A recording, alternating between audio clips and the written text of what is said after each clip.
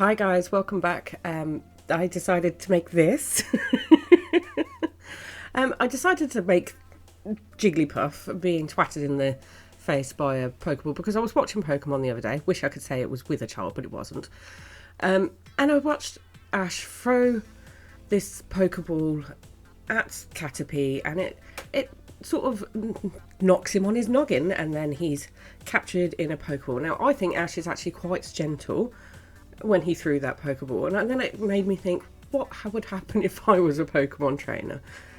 Because I'm not the gentlest of creatures, and my favourite Pokemon is Jigglypuff, because how can you not love something that's just a giant pink ball with anger issues? So I decided to make my own favourite Pokemon and how it would probably look if I was to try and capture her. So and being as like Jigglypuff is like 90% noggin, you're going to get a pretty good hit with that Pokeball.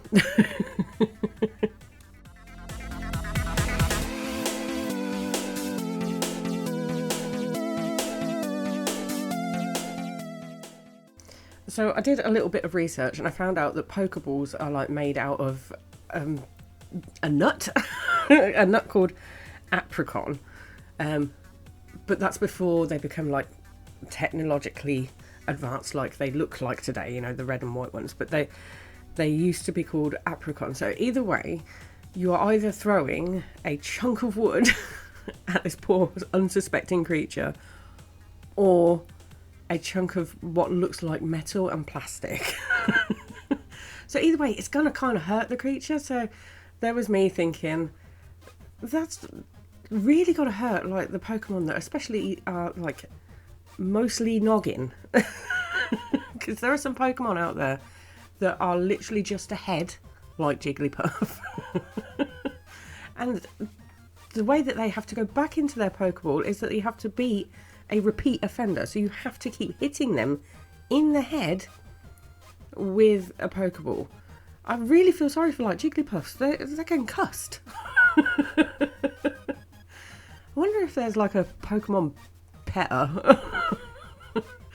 Pokemon activist to try and stop people from shoving these poor unsuspecting creatures into these tiny balls, which I really hope do have like a TARDIS feature, because if they don't, Pokemon are like really, really stuck.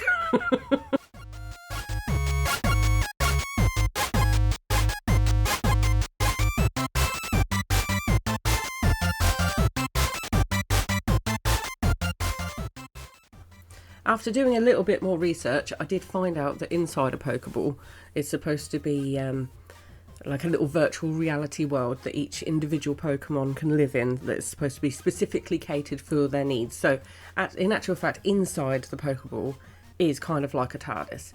So that I'm glad about, because I was slightly concerned and did have a very odd image of like Jigglypuff all scrunched up, you know, ears folded over in the circular shape that she is, just very cramped. So at least I am safe now in the knowledge that when Jigglypuff does make it into the Pokeball, after I have mullered her in the face with the giant piece of plastic and or wood, she at least has a nice environment to go to try and forget about the horrendous things that she's being made to perform in the real world, you know, because the only time I call her is if I want her to go and beat up another Pokemon. It's actually really savage when you think about it. Poor Jigglypuff.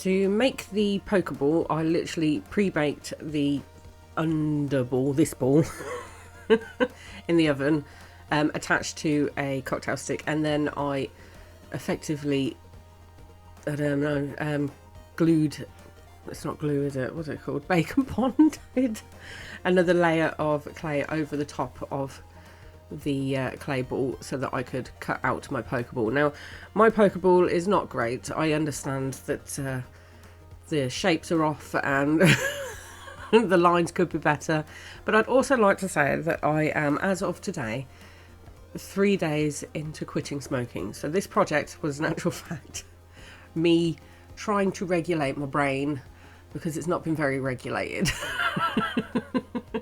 So please don't kill me for the very bad Pokeball. It kind of looks like a Death Star in my opinion. Which is even worse for Jigglypuff, you know, if you're being twatted in the face by a Death Star instead of a Pokeball, then, you know, things could be a lot worse. Although, technically, if you're being hit in the face with a Death Star, then you're a pretty big Jigglypuff. So can't all that be that bad for you. Yeah, after I did all that, it was into the oven for baking and then on to painting. I literally just used my usual Arteza paints. Kept it really simple, bright, colourful, you know, that sort of thing. Pokemon doesn't tend to live in a dreary world, so keep up with the wonderful bright colours, because I need that in my life right now so that I don't be all murdery.